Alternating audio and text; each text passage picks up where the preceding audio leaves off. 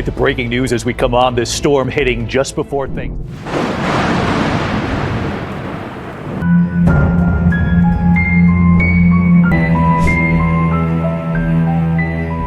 What if the storms are only the beginning? What if the chaos we see on the news is just a symptom of something much deeper? Across America, a series of strange, unexplained events are unfolding. Events that defy easy explanation, and maybe hint at a fracture between our world and something beyond. We are hearing about things in our seas and in our skies that have never been seen before. We're witnessing a convergence of natural disasters and seemingly supernatural phenomena. The question isn't really if something is happening anymore. The question is, what does it all mean? Are these just random, isolated incidents, or are they part of a coordinated pattern, a modern prophetic warning? For centuries, ancient texts from all over the world have spoken of a time when the earth itself would signal a great change, a time of signs and wonders, of upheaval in the heavens and on the earth. Prophecies that foretold a period of distress, unlike any other, marked by strange sights, celestial events, and creation itself groaning as if in labor. Today, many are starting to ask if we've finally entered that foretold season. From stories of glowing rings in our oceans to alleged figures of light appearing in the most unexpected places, a pattern of unprecedented claims is emerging. At the same time, our nation is being battered by record-breaking disasters, costing hundreds of billions of dollars and leaving communities in ruin. In this investigation, we're going to examine the evidence. We'll listen to the eyewitnesses and look at the footage. We'll explore the scientific anomalies and the ancient prophecies they seem to echo. We'll try to decode the pattern, piece by piece. Are these bizarre events simply random occurrences in a chaotic world? Or are we witnessing the fulfillment of ancient warnings unfolding right before our very eyes? Let's investigate this together. Our first case file takes us to the West Coast, to the cold, dark waters of the Pacific Ocean. The story goes that in the pre-dawn hours, a fishing crew, miles from shore, reported something that defies all known categories of natural or man-made phenomena. According to their testimony, a massive, perfectly geometric ring of light appeared, hovering silently just above the still surface of the water. They described it as being miles in diameter, glowing with a soft, ethereal light unlike anything they had ever seen. The ring, they claimed, began to rotate slowly, its movement creating a gentle whirlpool in the ocean beneath it. Then, as silently as it appeared, it descended into the depths and vanished. Official channels were silent. Radar and scientific instruments in the region registered no anomaly. There were no military exercises scheduled, no known submersible or aerial technology that matches the description. To the authorities, it was a non-event, a ghost story from tired fishermen. But to students of prophecy, the report was anything but a ghost story. It was a startling echo of visions recorded thousands of years ago. The prophet Ezekiel, in his famous vision by the river Chebar, described celestial objects of incredible complexity, wheels that could move in any direction, whose rims were high and awesome and full of eyes all around. A vision of God's divine chariot, a symbol of his omnipresence and power, able to move between realms. The Gospel of Luke speaks directly of the end times, foretelling that there would be, quote, signs in the sun, moon, and stars, and upon the earth distress of nations, with perplexity, the sea and the waves roaring. For many, the phrase, the sea and the waves roaring, was always a metaphor for chaos or tsunamis. But what if it was more literal? What if the great deep, as the Bible often calls the ocean, was meant to be a theater for signs and wonders itself. The report of a silent, rotating wheel of light descending into the Pacific presents a chilling possibility that the signs aren't just in the sky, but are now appearing in the very depths of our world. Our next case file moves from the vast, empty ocean to the quiet heartland of America. In a small, nearly deserted church in the Midwest, a handful of people gathered late one night for prayer. What they say they experienced wasn't a storm or a spectacle, but something intensely personal and profoundly strange. As they prayed, they described the room filling with a palpable presence, a feeling of peace so overwhelming it was almost heavy.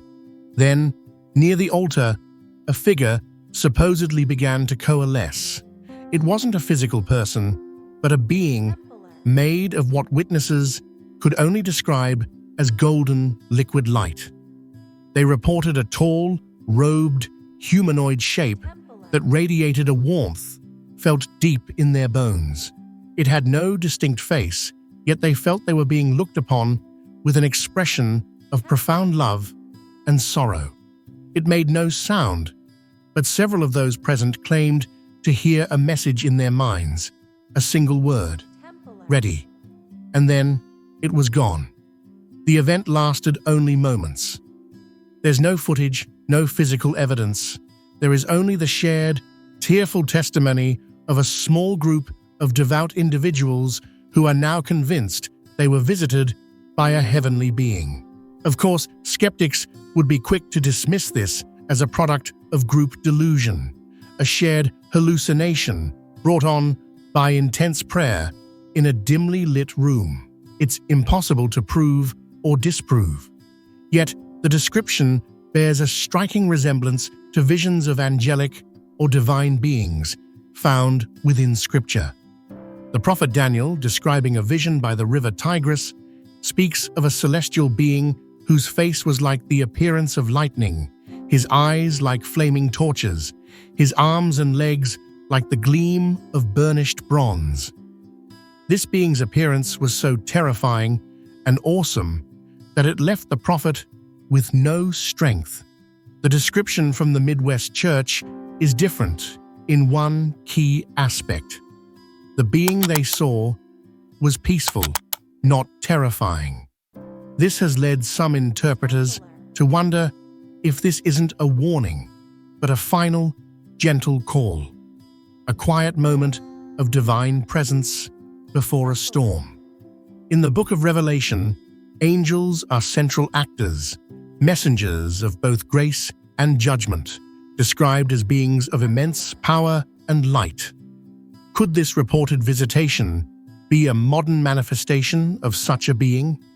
A quiet, personal sign to a few away from the world's cameras, asking a simple, profound question without ever speaking a word. Are you ready? The strange reports aren't confined to the sea and the sanctuary. They seem to echo in the most remote corners of the nation, stirring memories of ancient, almost forgotten biblical accounts. Our investigation leads us to two particularly unsettling reports. The first comes from the vast, arid expanse of the American desert, where a piece of security footage allegedly leaked from a private mining operation captured something that seems impossible. In the grainy infrared video, a silhouette is seen striding across the barren landscape, but its proportions seem all wrong. The figure is impossibly tall, with some analysts estimating it to be between 12 and 15 feet in height. Its gait is heavy, deliberate, each step covering an enormous distance. When investigators later visited the reported location, they claimed to find massive, elongated footprints pressed deep into the hard-packed earth. The footage, of course, is heavily debated. Some digital forensics experts cry hoax, pointing to artifacts that could suggest digital manipulation. Others maintain the lighting and environmental interaction are incredibly difficult to fake. But if it's real, what is it? The account immediately brings to mind the enigmatic figures from the book of Genesis, the Nephilim. Genesis chapter 6 describes them as the offspring of the sons of God and the daughters of men, who were heroes of old, men of renown. The term is often translated as giants. The idea that such creatures could reappear seems like fantasy. Yet here's a piece of alleged footage that for many provides a chilling modern echo of these ancient legends. A second, equally bizarre report comes from the opposite environment. A fog-shrouded lake high in the Rocky Mountains. At dawn, multiple witnesses, hikers and campers, saw something break the surface of the placid water. They didn't see a whole creature, only a part of it, a massive serpentine tail covered in what looked like dark, glistening scales. They say it arched high above the mist, moving with a clear, deliberate intelligence before silently disappearing back into the depths. Like the desert giant, there is no definitive proof, only a collection of witness accounts and a few blurry photographs. But again, the biblical parallels are hard to ignore. The book of Job speaks of the Leviathan, a fearsome, untamable sea creature of immense power. Can you pull in Leviathan with a fish hook or tie down its tongue with a rope? God asks Job. The Leviathan is often interpreted as a symbol of a powerful force of chaos, terrifying to mankind. Could these reports, a giant in the desert and a serpentine form in a mountain lake, be literal manifestations of these ancient symbols? Or are they modern myths, born of folklore and misidentification? Individually, they are mysteries. But when viewed as part of a larger pattern of unexplained phenomena, they add another disturbing layer to the question we're asking. While these strange, esoteric reports of lights and figures bubble up from the fringes, something much more concrete and devastating is happening in the mainstream. It's as if the physical world itself is beginning to break apart. The Bible uses a powerful metaphor for this time: the pains of childbirth. In Matthew 24, Jesus says, "Nation will rise against nation. There will be famines and earthquakes in various places. All these are the beginning of birth pains." Birth pains do two things. They increase in intensity and they increase in frequency. The first half of 2025 has written this metaphor across America in fire and water. In just 6 months, the nation was struck by 14 separate weather-related disasters, each causing at least $1 billion in damage. It has been the costliest first half of a year for major disasters in the United States since records began. It began in January, with ferocious wildfires that tore through parts of Los Angeles. The fires, fueled by unusually hot, dry, and windy conditions, destroyed thousands of buildings. The economic toll is staggering, with some estimates placing the overall losses for this single event as high as $275 billion, making it one of the costliest natural disasters in United States history. This doesn't just represent financial loss. It represents lives, memories, and futures turned to ash. Then came the storms. March of 2025 saw a historic and deadly tornado outbreak, the largest ever recorded for that month. A record 299 preliminary tornadoes were reported, more than triple the average. These weren't isolated events. They were relentless waves of severe weather. The March 14 to 16 outbreak alone produced an estimated 182 tornadoes, causing multiple fatalities. All told, the combined cost of the $14 billion disasters in the first half of 2025 exceeded $101 billion. And in the aftermath of some of these storms, another strange phenomenon was reported. In several states, stories emerged of perfectly circular sinkholes opening up, allegedly emitting dark, sulfurous smoke in rhythmic pulses, as if the earth itself was breathing. Geologists, when consulted on the reports, could find no immediate natural cause. This brings to mind the language of the prophet Joel, who foretold a time of wonders in the heavens and on the earth, blood and fire and billows of smoke. This is the convergence. This is where the line between the alleged supernatural signs and the very real, very physical disasters begins to blur. We have unconfirmed reports of signs in the sky and the sea, and we have the earth itself verifiably breaking apart, groaning under the strain. The birth pains are no longer an abstract concept. We are measuring them in billions of dollars and thousands of shattered lives. The convergence of record-breaking disasters and high strangeness events is chilling enough. But as we dig deeper, the pattern seems to become more intricate, more symbolic, and for many, more terrifying. A series of rapid-fire reports from across the country add new threads to this already complex tapestry. In Arizona, near a remote mountain pass, rumors emerged of a colossal, crudely carved stone altar, seemingly discovered after a landslide. The strange part? It was allegedly inscribed with ancient Hebrew text reading, "The Voice of Return."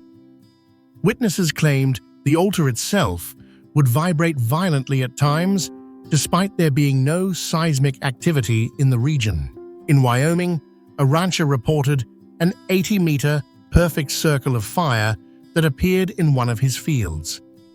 The story goes that it burned for nearly an hour, with no visible fuel source and no ignition point, searing the earth before vanishing as mysteriously as it came. In Texas, during a severe thunderstorm, weather radar operators were reportedly baffled by what they saw. Inside a massive storm cloud, a vast silhouette spanning miles took shape. They claimed it had the unmistakable form of a pair of wings. At the same time, atmospheric sensors in the area are said to have picked up a low-frequency, trumpet-like sound. Then came a string of reports that struck at the heart of faith, a series of unexplained fires at churches across the southeast. In each case, investigators could find no evidence of arson or faulty wiring. For some, this was seen as an attack. For others, a symbol of purification by fire. In Kentucky, witnesses reported a bizarre weather event, a brief, localized shower of blood-red rain. In the sky, immediately following the strange downpour, some claimed to see clouds forming the shape of perfect crosses. And perhaps most shockingly, there are rumors that in the Grand Canyon, a newly opened fissure revealed a hidden chamber. Inside, explorers claimed to have found Babylonian relics, a bust, a small sphinx, and a clay tablet with a cuneiform script warning about a fallen city that would rise again. Alone, any one of these stories is an outlier, a curiosity. The vibrating altar, the ring of fire, the stormwing, the red rain, the Babylonian artifacts. But taken together, they paint a picture of a nation besieged by symbolic, prophetic-style events, layered on top of the physical devastation of storms and fires. It aligns with the prophetic language of Joel chapter 2. "I will show wonders in the heavens and on the earth." The alleged signs are not just happening, they appear to be escalating in their specificity and symbolic weight. We've examined the evidence. We've connected the dots. We've seen the reports from the depths of the ocean to the heart of the storm. A pattern of the unprecedented, the unexplained, and the prophetic. A pattern that is becoming impossible to ignore. Ancient scripture, specifically Matthew 24, describes this exact scenario. Jesus tells his disciples that the end of the age won't arrive unannounced. It will be preceded by a period of escalating signs, which he calls the beginning of birth pains. Not the end itself, but the unmistakable signs that a new era is about to be born. These pains, wars, famines, earthquakes, and fearful sights from heaven are meant to serve as a warning, a call to awaken from slumber. So the question we have to ask is, are we now in that season? When we lay these modern events over the prophetic timeline, the parallels are undeniable. We see reports of signs in the sea with the stories of glowing rings. We hear about fearful sights and great signs from heaven in the claims of humanoid figures of light and winged silhouettes on radar. We see the earth itself in turmoil, with record-breaking disasters and stories of the ground literally opening up. But the prophecies speak of more than just physical signs. They speak of a spiritual condition. The book of Revelation describes a powerful global system in the last days called Mystery, Babylon the Great. This system is marked by immense wealth, commercial power, pride, and spiritual compromise. Many theological scholars, looking at America's global influence, economic power, and its current state of deep moral and spiritual division, have drawn a direct parallel. The prophet Isaiah issued a chilling warning to a nation in a similar state. Woe to those who call evil good and good evil, who put darkness for light and light for darkness. This is the ultimate convergence. The physical signs in nature seem to be mirroring a spiritual crisis in the nation. The chaos in the atmosphere reflects the chaos in our culture. So, what's the message? Is it one of fear? The Bible's answer is no. Jesus, after listing all these terrifying signs, gives a command. Now, when these things begin to happen, look up and lift up your heads, because your redemption draws near. The warning isn't meant to cause panic, but to inspire vigilance. It isn't about setting dates or predicting the exact hour, which Jesus himself said no one knows. It's about recognizing the season. It is a call to discernment, to look past the distractions of our daily lives and see the larger story unfolding around us. A call to spiritual readiness. The evidence is compelling. The pattern is hard to ignore. The question is no longer if these are signs, but what are they warning us about? The prophecies are clear, the parallels are stark, and the earth itself seems to be screaming for our attention. The most vital question isn't when, but are you ready? If this investigation has resonated with you, continue exploring the signs of our times by watching our next video on the prophetic significance of events unfolding in the Middle East. Don't forget to like, subscribe, and hit the notification bell so you don't miss our future analyses. The world is changing faster than ever. Stay informed, stay vigilant. This book is your beginner's guide to understanding Scripture. Find peace, build relationships, and discover purpose in today's world. Ready to decode the Bible? Find Bible Decoded available on Amazon now. If this content blesses you and you'd like to support our mission, you can buy me a coffee or give a super thanks. Every contribution helps us create more content to inspire and uplift others. Make sure to subscribe so you don't miss out on my future videos.